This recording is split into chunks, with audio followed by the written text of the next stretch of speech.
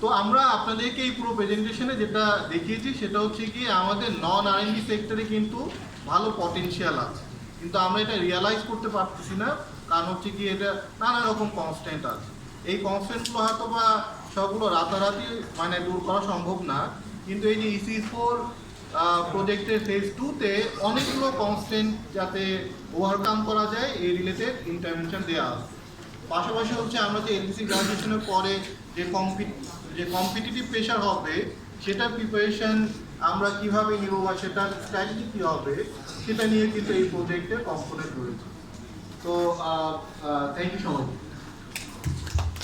অনেক অনেক ধন্যবাদ ডক্টর রাজ্জাক, ডক্টর দিন এবং আমাদের পুরো রিসার্চ টিমকে। এবং আমি জানি যে আমাদের যে একটা research associate, senior research associate, গত কয়েকদিন আসলে আমরা দীর্ঘ রাত কাটাচ্ছি, এই উপস্থাপনা আমাদের শেষ হলো। এই পর্যায়ে আমরা একটা 5 মিনিটের একটা বিরতি দিচ্ছি। 5 মিনিট পরে আবার আমরা পরবর্তী সেশনে ফেরত আসবো। Break, health break.